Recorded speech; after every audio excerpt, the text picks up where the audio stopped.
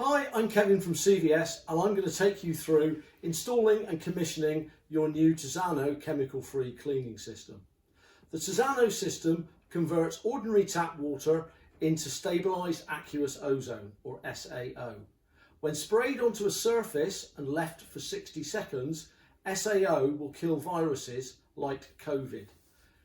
When it's first made, it stays as a sanitizer for 24 hours.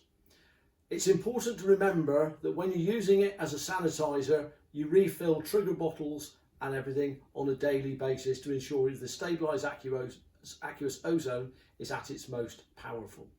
So what have we got? You'll have two boxes arrive, the large one and the small one. Inside of the large box is the ozone generator, and in the small box is the stabiliser filter. I'll take them out of the box now and explain to you what you get in each side of the box.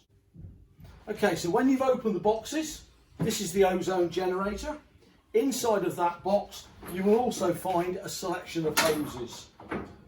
The white hose with the flow jet non-return valve is your water connection hose. The grey hose with the filter connects the stabiliser filter onto the ozone generator. The hose with the yellow end is the outlet hose, and this is what you're going to be using to fill your trigger sprays and buckets. And we've also included what is a washing machine fill hose, which enables you to connect onto the washing machine valve. I'll go into that in more detail in a moment. This is the stabiliser filter. Inside the box with the stabiliser filter, you also get what's called a desiccant filter. That's really important because it's that works out the amount of ozone that goes into the water, and that fits into the centre of the ozone generator. But we leave that one off until we finish fitting the system. That's one of the last things that we install. You also get a plastic bag like so, which is actually the fitting kit. In here you get the bracket that we screw to the wall, which the stabiliser filter fits onto, and also a template which has all the drilling dimensions and points on, so that you know exactly where to drill to get it onto the wall so it all fits. There's your drilling details. So first of all, think about where you want to install it. Ideally, it needs to be around or near a sink. It needs to have an electric socket, which luckily here we've got one back on that side. And it needs to be up so the middle of the box is sort of eye level. That way the switch on the front is nice and visible and you're just turning it on and off. Remember that you're filling using the hose end, and it's got a nice bit of reach, so if the box is over there a bit, you've still got room to stretch across over the sink. So we're actually going to install it on the wall in front of us here. So I've attached the template to the wall just with some masking tape to keep it up nice and square and level. This side of the template is drilling for the stabiliser bracket. We're going into concrete, so I'm going to use red raw plugs with the screws that are supplied. On this side, it's 4 positions marked in red on this plan, and the screws that are already supplied in the kit need an 8mm drill into concrete. If you're going into plasterboard or another wall type, you might have to select screws accordingly. So as you can see, a generator is firmly fixed to the wall along with the stabiliser bracket. The stabiliser just hangs on the bracket like so. When it's on there, just give it a little tug just to make sure it's sitting down right. It should be about level with the top of the generator. Now, this is the connection hose which goes between the stabiliser filter and the generator. One connection's on this side, the cold water in is there.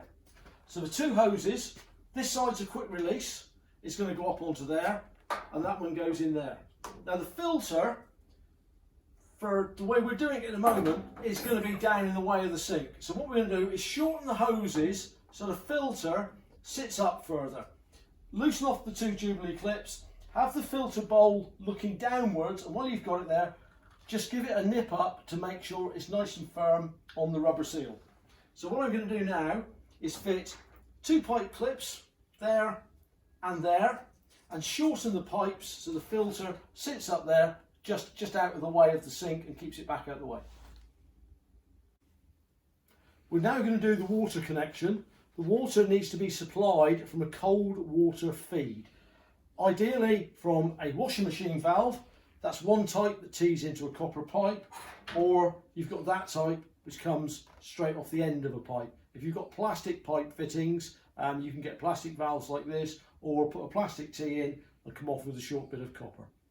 Make sure you use a full size valve, not one of these valves that clamp around the pipe and just pierce it. That won't give you enough water flow and the system won't work. So it needs to be a full size washing machine valve. Supplied with the kit, you've also got the washing machine hose. 90-degree end on one end, straight on the other. That can be cut to length to get to your washing machine valve, and you can use whichever end is most suitable for the installation. Between the filter and the washing machine hose is the white flow jet connector. This is also a non-return valve, but in the flow end it's got a small filter. So just be mindful of that. If it ever doesn't work, you've got a little filter in there. Before you fit this together, make sure you tighten up the filter end and the other end. It can be nice and firmly hand tight. We might need a pair of pipe wrenches on it, but don't over tighten it. The quick release on that end goes on to the left hand side of the stabilizer filter. So what we're going to do, we're going to feed it in behind our feed pipe like so. That will go on to the filter like that, and then over here we're going to put a couple more pipe clips into the wall to hold the filter up, and then our washing machine hose in this case is going to go under the sink, because down underneath we already have a valve like that we can connect onto. So our water connection is now made, and we've put a couple of clips either side of the flow jet connector to keep it up and nice and tidy. The water supply hose just pushes on to the outlet on the bottom of the generator. There's no Jubilee clip on this, it's just a push fit because that's an open end and not pressurised. You just leave that one hanging by the taps out of the way for a second. The desiccant filter, which is the blue one, fits into the centre of there. When you're unpacking it, make sure you don't damage the gold contacts underneath. When you push it in, just drop it in and just firmly push it in until the little catch at the bottom just clicks into place. The serial number of the generator and the desiccant filter should match. So we're ready now to turn our water on. So turn your water on under the sink and then let the system pressurise and check these fittings just to make sure you haven't got any leaks. When you've got all of that done, make sure the on and off switch is in the off position, and then where the electric's connected to the side of the unit, you can then plug it into your power supply and switch on. At that point, nothing happens because we haven't turned the switch on the centre of the unit.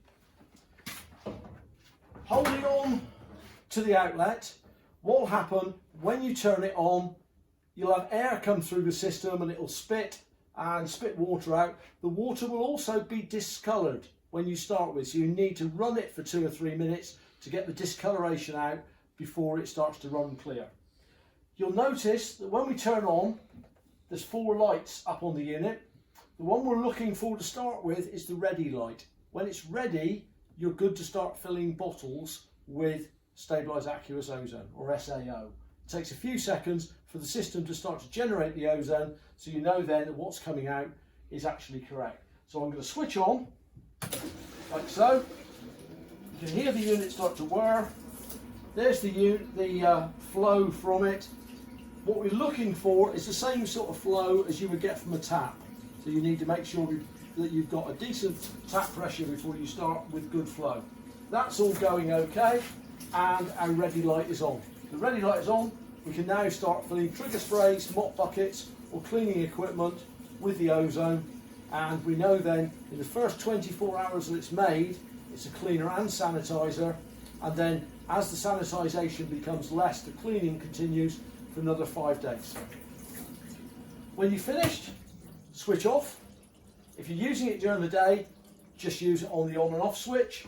If overnight and weekends and stuff like that, you're not using it for long periods, I would advise turning off the mains and turning off the water supply. That way, there's no issue with it. Thanks for taking the time to look at the video. I hope your installation goes well.